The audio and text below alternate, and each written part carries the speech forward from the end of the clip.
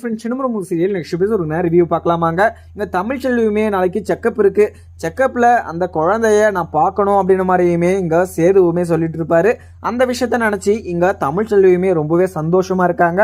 அதுவும் இல்லாமல் தமிழ் செல்வி அங்கே கோர்ட்டில் எடுத்த முடிவு சரிதான் அப்படின்ற மாதிரியுமே ரியலைஸ் பண்ணிட்டு இருக்காங்க. அதுக்கப்புறம் என்ன, இங்கே சேதுவுமே நாளைக்கு செக்கப் இருக்கு, நாளைக்கு நம்ம சீக்கிரமா எழுந்து தமிழ்ச்செல்வியை கூட்டிட்டு ஹாஸ்பிட்டலுக்கு கொண்டு போகணும் அப்படின்ற மாதிரியுமே அங்கே உக்காந்துக்கிட்டு யோசிச்சுக்கிட்டு இருக்க. இங்கே ஒரு சைடு அப்பத்தாவுமே நாளைக்கு சேது வேற வரான், இந்த விஷயம் தெரிஞ்சிச்சுன்னா தமிழ்ச்செல்வி கிட்ட சொல்லிடுவான் அப்படின்னு மாதிரியுமே இங்கே அப்பத்தாவுமே உக்காந்து புலம்பிக்கிட்டு இருக்காங்க. அதுக்கப்புறம் இந்த 2 குழந்தை விஷயம் தமிழ்ச்செல்விக்கும் சேதுக்கும் தெரிஞ்சிருச்சுன்னா இவங்களை 2 பேரையுமே சேர்த்து வைக்கணும் அப்படின்னு சொல்லிட்டு தான் நான் இந்த விஷயத்தையே மறைச்சி வச்சேன். ஆனால் இவங்களுக்கு தெரிஞ்சு அவங்க சேர்ந்து வளர்ந்தாங்கன்னா எனக்கு சந்தோஷம்தான். ஆனால் இந்த விஷயத்த மறைச்சி வச்சதுக்கு பிரயோஜனமே இல்லாத போயிடும் அப்படின்ற மாதிரியுமே அப்பத்தான் உட்காந்து யோசிச்சுக்கிட்டு இருக்க. அதுக்கப்புறம் இங்கே தமிழ்ச்செல்வியும் சேதுவை பார்த்து கொஞ்சம் சந்தோஷமா இருக்காங்க. ஏன்னா இந்த கேஸை வாபஸ் வாங்கிட்டு தமிழ்ச்செல்வி சந்தோஷமா இருக்கிறதா பார்த்தா ரொம்பவே அதிசயமாகவும் இருக்கு. ஏன்னா இங்க சேது மேல பயங்கர கோபமா தான் இருந்தாங்க தமிழ்ச்செல்வியும். ஆனா சேது காட்டுற அக்கறையிலையும் அன்பிலையும் பார்த்து இங்க தமிழ்ச்செல்வியே விழுந்துட்டாங்கன்னே சொல்லலாம். ஏன்னா அந்த ஒரு அக்கறையும் அன்பும் எங்க வீட்லயும் சரி அப்போ நான் இந்த ஒரு அக்கறையை நான் பார்த்தது கூட இல்லை. ஆனா என் மேலேயும் என்னோட குழந்தை மேலேயுமே அவரு ரொம்பவே பாசமா இருக்காரு. என்ன அவரு எவ்வளவோ திட்டிருக்கலாம், ஆனா அந்த திட்டத்துக்கு அவரு நான் இப்படி ஒரு வார்த்தையை சொல்லிட்டேனே அப்படின்னு சொல்லிட்டு அவரு ரொம்பவே கஷ்டப்பட்டு இருக்காரு. இதுக்கு மேலேயுமே நம்ம அவரு கூட சேர்ந்து வாழ்ந்தாதான் கரெக்டா இருக்கும். நம்ம இதுவரையுமே அவரு கூட சேர்ந்து வாழாம அவரு மேல கோபமா இருந்தோம். ஆனா இதுக்கு மேலேயுமே நம்ம அப்படி இருக்கக்கூடாது அப்படின்னு மாதிரியுமே அங்க தமிழ்ச்செல்வியுமே முடிவு பண்ணிடுறாங்க. அதுக்கப்புறம் இங்க சேதுவுமே படுத்துக்கிட்டு புரண்டு படுத்துக்கிட்டு இருக்காரு. உடனே என்ன காரணம்னா இங்க தமிழ்ச்செல்வியை நாளைக்கு செக்கப்பு கூட்டுக்கிட்டு போறோம் அப்படின்ற மாதிரி சந்தோஷத்துல படுத்துக்கிட்டு இருக்காரு. அந்த குழந்தைய நம்ம பார்க்கணும், அந்த ஒரு சந்தோஷத்துல அங்க தூக்கம் வராம அப்படி இப்படின்னு சொல்லிட்டு திரும்பிக்கிட்டே இருக்காரு. அதுக்கப்புறம் என்ன, இங்க தாமரையும் இங்க சாவித்திரியும் 2 பேரும் அந்த பணக்கார மாப்பிள்ளைய கல்யாணம் பண்ணணும் அப்படின்னு சொல்லிட்டு பிளான் போட்டுக்கிட்டு இருக்காங்க. உடனே நம்ம அந்த காமிஸ் பிச்சைய நம்ம எப்படியாவது மனசு மாத்தி நம்ம வலைக்குள்ள சிக்க வச்சு நம்ம அவனை கல்யாணம் பண்ணிக்கணுமா அப்படின்ற மாதிரியுமே இங்க தாமரையும் சாவித்திரி கிட்ட சொல்ல, சாவித்திரியும் தாமரை உன்னோட லைஃப் நல்லா இருக்கணும்னா, உன்னோட லைஃப் நீ சந்தோஷமா வாழணும்னா அந்த காமேஷ் பிச்சையை நீ தான் கல்யாணம் பண்ணணும். அவனுக்கு சுத்தி 10 காட்ஸ் வராங்க, அவனை சுத்தி காரெல்லாம் வேற நிறைய போகுது. அவனை பார்க்குற போதே எனக்கு ரொம்பவே சந்தோஷமா இருக்கு. அதுவும் இல்லாம நம்ம அவனை கரெக்ட் பண்ணிட்டு அவனை உன்னை கல்யாணம் பண்ணணும் அப்படின்னு சொல்லிட்டு நம்ம சொல்ல வச்சு ஆகணும் அப்படின்ற மாதிரியுமே இங்க சாவித்திரி இங்க தாமரை கிட்ட சொல்ல, தாமரை ரொம்பவே சந்தோஷம். உடனே அம்மா எனக்கு இந்த காமேஷ் பிச்சையை மட்டும் கல்யாணம் பண்ணி வச்சிருங்க அப்படின்ற மாதிரியுமே இப்படின்னு சொல்லிட்டு இங்க சாவித்திரி கிட்ட தாமரையுமே சொல்லிடுறாங்க. சாவித்திரியும், தாமரை நீ எதுக்குமே கவலைப்படாத, அவன் உனக்கு தான், அவனை எல்லாமே பார்த்தீங்கன்னா உன் நினைப்போட அவனை இருக்க வைக்கணும்னா நம்ம வேற எதனா பெருசாக பிளான் போடணும். அவங்க கிட்ட நம்ம சீக்கிரமாக போக முடியாது.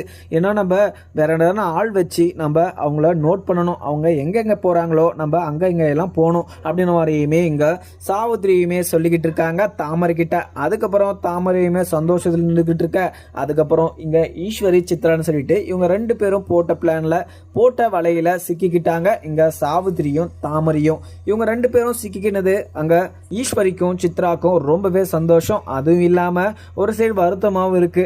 ஏன்னா இங்க போஸ் அங்க காவியா சொல்றதெல்லாம் கேட்டுக்கிட்டு காவியா மாலை போட சொன்னான்னு சொல்லிட்டு மாலை போட்டு அங்க சிங்கிள் சூளையில போயிட்டு கஷ்டப்பட சொன்னான்னு சொல்லிட்டு அங்கேயும் போய் கஷ்டப்பட்டுக்கிட்டு இருக்கான் போஸ். போஸோட வாழ்க்கையை நம்ம சீக்கிரமா சரி செய்யணும் அப்படின்னு மாதிரியுமே இங்க ஈஸ்வரி சொல்லவும், உடனே சித்ராவும், அம்மா போஸ் கஷ்டப்படுறத பார்த்தா என்னால நிம்மதியாவே இருக்க முடியலமா, இந்த காவியாவை நம்ம எதனா ஒன்று பண்ணி ஆகணும், இங்க போஸை கொஞ்ச நாளைக்கு திருந்தி வாழ சொல்லுங்கம்மா, அவன் அந்த சிங்கிள் சூளையில போயிட்டு வேலை செய்யாம பொண்ணுங்க கிட்ட பேசுறதும் இங்க செய்யற மாதிரி அங்கேயும் செஞ்சுட்டு இருக்காமா. அந்த சிங்கிள் சூளையில இருக்கிற ஆட்கள் எல்லாருமே அங்க காவியக்கு தெரிஞ்சவங்க. அங்க போயிட்டு அவன் ஒழுங்கா இல்லாம இது மாதிரி எல்லாம் பண்ணிக்கிட்டு இருக்கான். அவன் பண்ற விஷயமெல்லாம் பார்த்தா எனக்கு கோபமா இருக்கு. ஆனா என்ன இருந்தாலுமே என்னுடைய அண்ணன் ஆயிடுச்சேன்னு சொல்லிட்டு அவனோட லைஃப்பை தானே நான் பார்க்கணும் அப்படின்ற மாதிரியுமே இங்கே சித்ராவும் ஈஸ்வரி கிட்ட சொல்ல, ஈஸ்வரியுமே இதை கேட்டு சித்ரா நீ எதுக்குமே கவலைப்படாத, போஸோட வாழ்க்கையை நான் தான் சரி பண்ணுவேன், அதுவும் கூடிய சீக்கிரம் சரி பண்ணுவேன். அதே மாதிரி அங்கே காவியாவோட சொத்து, அந்த காரு, அந்த 25 லட்ச ரூபாய் பணம் எல்லாமே நான் அனுபவிக்க தான் போகிறேன். நான் அங்கே சும்மா இங்கே காய்கறி வாங்கணுன்னா கூட காரில் தான் போய்கிட்டு வரணும். அந்த ஆசையை நான் நிறைவேற்றியே ஆகுவேன். நம்ம போட்ட பிளானில் ஏதோ ஒரு தப்பு பண்ணிட்டு இருக்கோம். அதனால தான் போஸ் வந்து இங்கே தமிழ்செல்வி தான் அந்த மாற்று மருந்தை கொண்டு வந்தான்னு சொல்லிட்டு இங்கே சேது வந்து இந்த விஷயத்தவே குழப்பி விட்டு தமிழ்செல்வி தான் இந்த மாற்று மருந்தை கொண்டு வந்தா எல்லாருமே காப்பாற்றினா அப்படின்ற மாதிரியுமே எல்லாருமே மனசு மாற்றி இது மாதிரி ஒரு விஷயத்த இங்கே போஸ் இப்போ கஷ்டப்பட்டு இருக்கிறான்னா அதுக்கு காரணமே இங்கே